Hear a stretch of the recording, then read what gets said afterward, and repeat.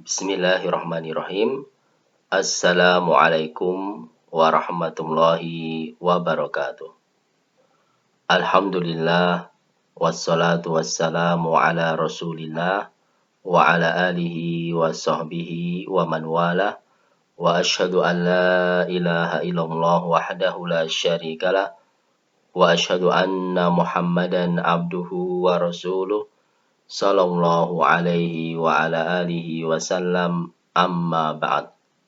Saudara-saudaraku kaum muslimin dan muslimat, azzani wa azzakumullah yang semoga dimuliakan Allah Subhanahu wa taala. Alhamdulillah, segala puji dan syukur selalu kita panjatkan kepada Allah Subhanahu wa taala yang selalu memberikan kebaikan dan kenikmatannya kepada kita.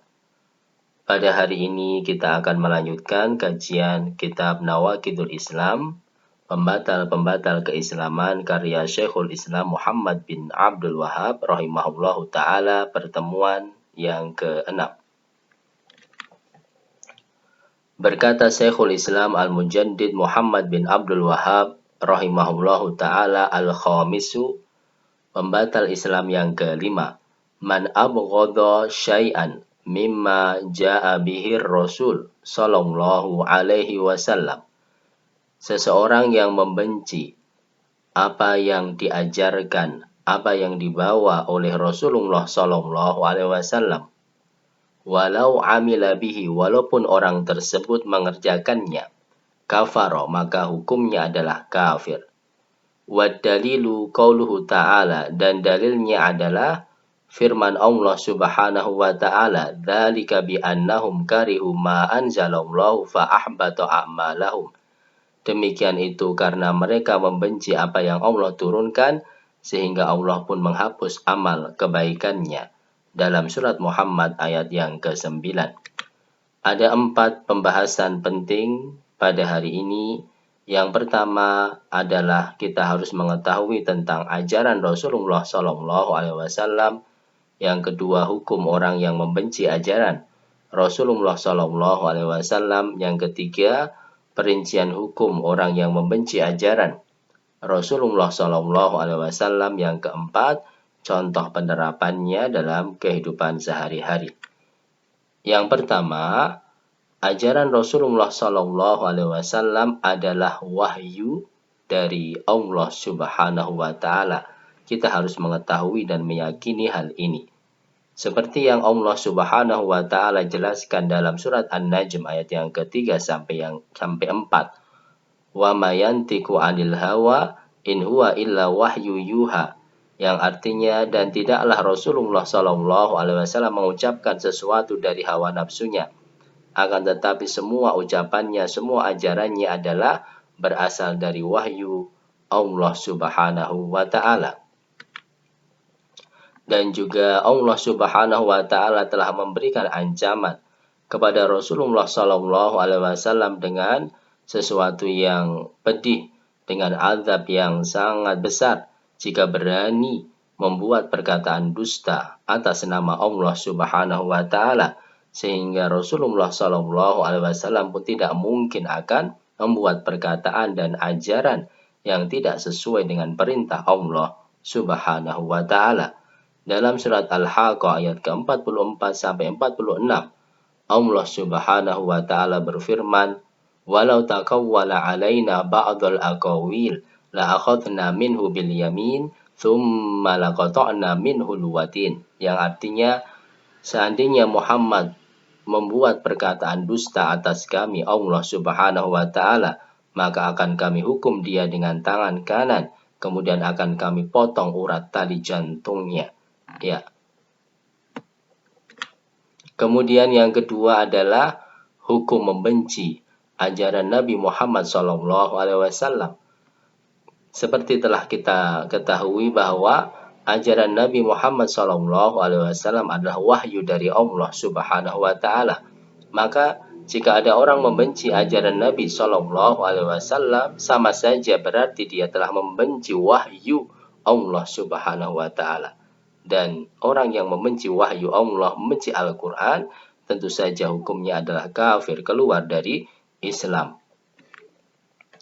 Dalilnya Allah Subhanahu wa taala menjelaskan dalam surat Muhammad ayat yang ke-9.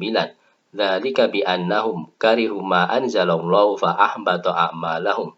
Yang artinya demikian itu karena mereka membenci apa yang Allah turunkan. Ciri khas orang kafir adalah membenci apa yang Allah turunkan, sehingga dia Allah pun menghapus amal kebaikannya. Kemudian ada perincian hukum membenci ajaran Nabi Muhammad SAW. Yang pertama, jika seseorang membenci ajaran Nabi SAW karena tabiat. Yang kedua adalah membenci ajaran Nabi SAW karena syariat. Kalau membenci ajaran Nabi SAW karena tabiat dan menyebabkan tidak melaksanakan ajaran Nabi SAW tersebut, maka hukumnya adalah dosa, tapi tidak sampai kepada derajat kekafiran. Sedangkan yang hukumnya sampai derajat kekafiran adalah seseorang yang membenci ajaran Nabi SAW karena meyakini syariatnya itu tidak benar, syariatnya jelek, keyakinan yang salah. Contohnya apa? Seperti seseorang membenci jihad karena tabiat, dan yang kedua membenci jihad karena syariat. Di dalam surat Al-Baqarah ayat 216, Allah Subhanahu wa taala menjelaskan, kutiba alaikumul qitalu wa huwa kurhul lakum. Telah diwajibkan kepada kalian berjihad, berperang, dalam kondisi jihad adalah sesuatu yang kalian benci. Maka jika ada seseorang membenci jihad karena tabiat, ya, tabiat itu kelemahan yang ada dalam dirinya, dia tidak mampu berjihad karena takut meninggalkan keluarganya, istrinya menjadi janda, takut mati, kemudian takut anak-anaknya menjadi anak-anak yatim, ya, takut berperang, bertemu dengan musuh, tabiat. Tetapi hatinya meyakini bahwa jihad itu baik, jihad itu benar, jihad itu bermanfaat di dalam syariat. Maka ini membenci jihad karena tabiat. Ya, berbeda dengan orang yang membenci jihad dari sisi syariat. Yang ini yang termasuk kekafiran yang dijelaskan oleh penulis dalam kitab ini. Ya, jadi letak perbedaannya terletak pada keyakinan yang ada dalam hati. Jika seseorang membenci ajaran Rasulullah SAW karena tabiat, maka hatinya meyakini bahwa syariat Allah itu baik, syariat Allah itu benar, tetapi dia meyakini kekurangan itu ada pada dirinya yang belum mampu melaksanakannya. Itu apa yang Allah turunkan baik, sempurna, tetapi yang kurang itu adalah dirinya. Dia meyakini kekurangan itu ada pada dirinya, bukan pada syariat Allah, tapi ada pada diri orang tersebut. Belum mampu melaksanakan ajaran Nabi, belum mampu melaksanakan ajaran Allah Subhanahu wa taala. Ya. Berbeda dengan orang yang membenci karena syariat. Kalau orang membenci karena syariat, maka orang tersebut meyakini bahwa syariat Allah itu jelek, apa yang Allah turunkan jelek, apa yang diajarkan oleh Rasulullah SAW itu tidak baik, sehingga tidak perlu dilaksanakan. Kalaupun orang tersebut melaksanakan, itu nifak saja. Nifak menampakkan kebaikan dalam kondisi hatinya membenci dan tidak menyukainya. Ya, ini perbedaannya. Contoh yang lain seperti amalan ta'addud, ya, ajaran Rasulullah SAW menikah lebih dari satu istri. Seorang laki-laki diajarkan oleh Rasulullah SAW diperbolehkan, dan juga ada tuntunannya untuk menikah lebih dari satu istri. Maka jika ada seorang wanita membenci syariat ta'addud, ya, lebih dari satu istri tadi karena ketidakmampuan yang ada pada dirinya, wanita tersebut mengatakan, saya yakin syariat ta'addud itu baik, syariat yang mengandung manfaat, tetapi saya sangat mencintai suami saya, sehingga saya tidak mampu dan tidak menyukai suami saya melaksanakan ta'addud. Dia tidak menyukai karena kelemahan yang ada pada dirinya, belum mampu kalau dirinya dita'addud, tapi meyakini bahwa ta'addud itu baik, bermanfaat.